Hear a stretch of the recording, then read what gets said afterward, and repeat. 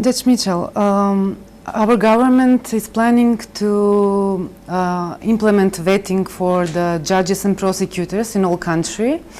So what do you think about this process? What are the positive and what are the negative aspects?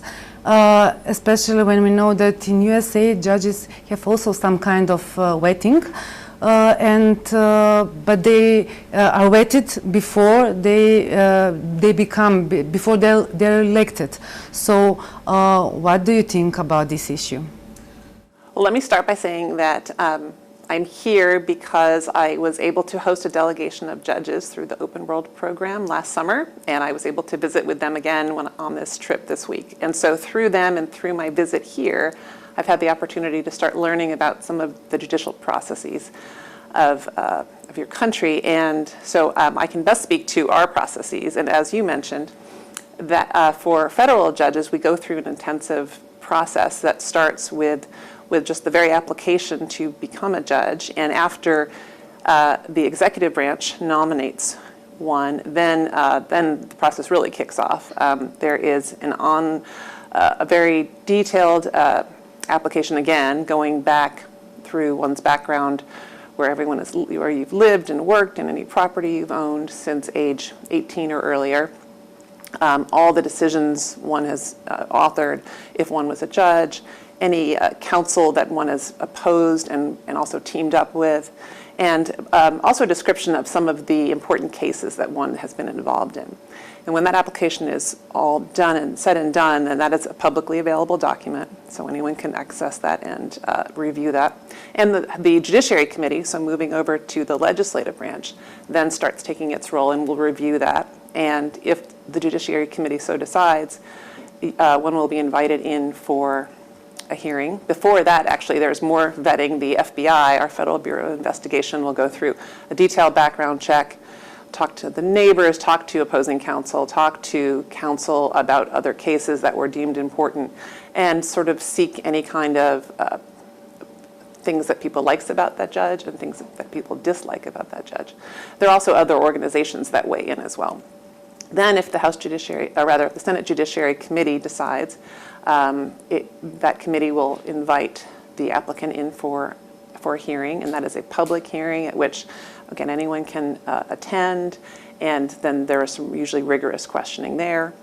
After that, there's usually follow-up questions because not all the senators were able to ask everything they wanted, and those are written questions that the applicant must fill out, and those are also, again, publicly available for anyone in the public to see. And after that, if the Senate Judiciary Committee so decides, they will hold a vote, and if one makes it out of that vote, then there is the floor vote on the entire Senate.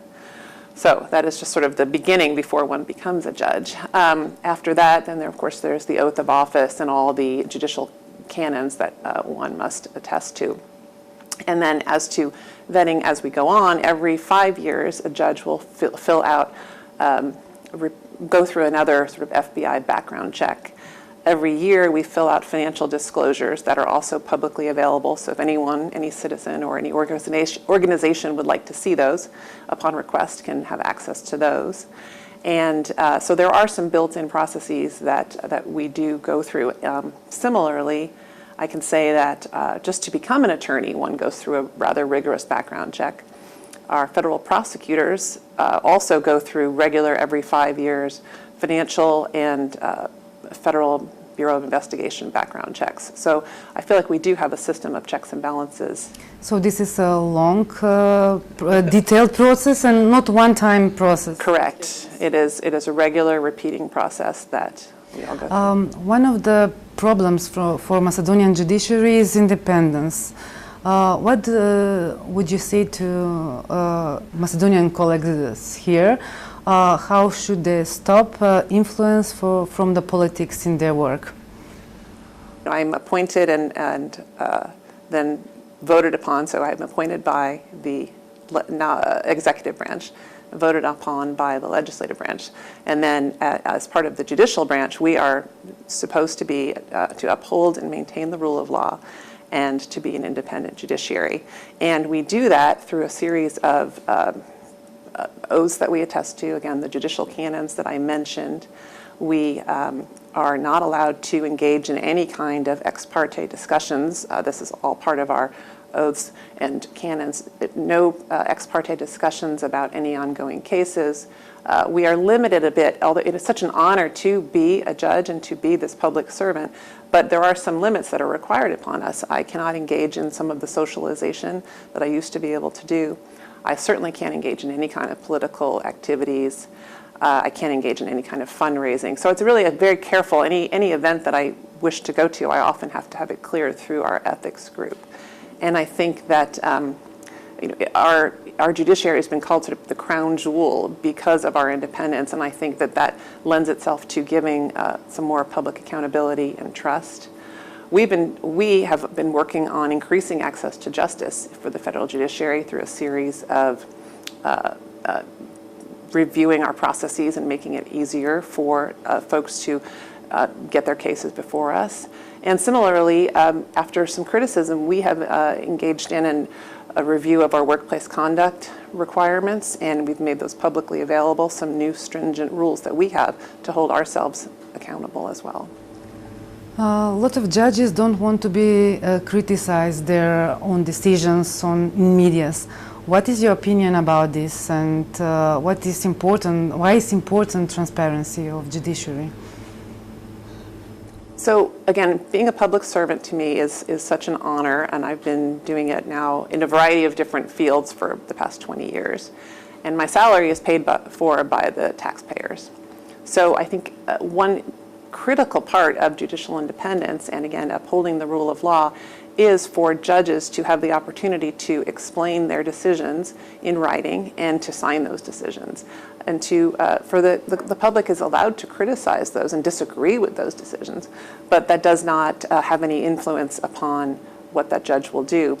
A large part of this is also because in the federal judiciary, we have life tenure for Article 3 judges. And so when one has life tenure, one is not going to be swayed by any of the political pressures that might be the hot button issues, because it doesn't matter, because that judge is insulated with life tenure. And again, so putting one's name on a judicial decision, be it a trial court or the appellate panel, is definitely important to assure that adherence to the rule of law and the independence of the judiciary. And going to transparency, which you mentioned, that is something we've also been working on through our websites, through our robust public media, through any effort we can to gain the public's trust, to hold us accountable, because again, we are public servants. How is it to be a judge in United States? How does public see you, and how is the public trust, and also how politicians react? Are they afraid? Do they respect judges in United States? I can't speak for everybody. I can speak for my personal experience. It certainly is an honor, and it is it's just a job I never could have dreamed of having when I was in law school, and I am truly humbled at the opportunity. I really do believe that we are held in pretty high esteem. I think that the public, for the most part, understands the rigorous again, vetting we go through, the oaths we take, and they do have the opportunity and the right to complain and to try to hopefully understand our appellate process if they disagree with the decision we make. I think it is a little concerning when one is criticized for making a decision that is labeled political, and that is, I truly believe that as Article 3 judges, the Article 3 judges do not make their decisions based on any political angle of any point. It's really based upon their own thought processes, their analysis and application of the law, and they do that through their adherence to our judicial canons. And so to the extent that there's any misunderstanding of why a decision is made, again, we sign our names to it and hopefully have put out the rationale in writing for everyone to see.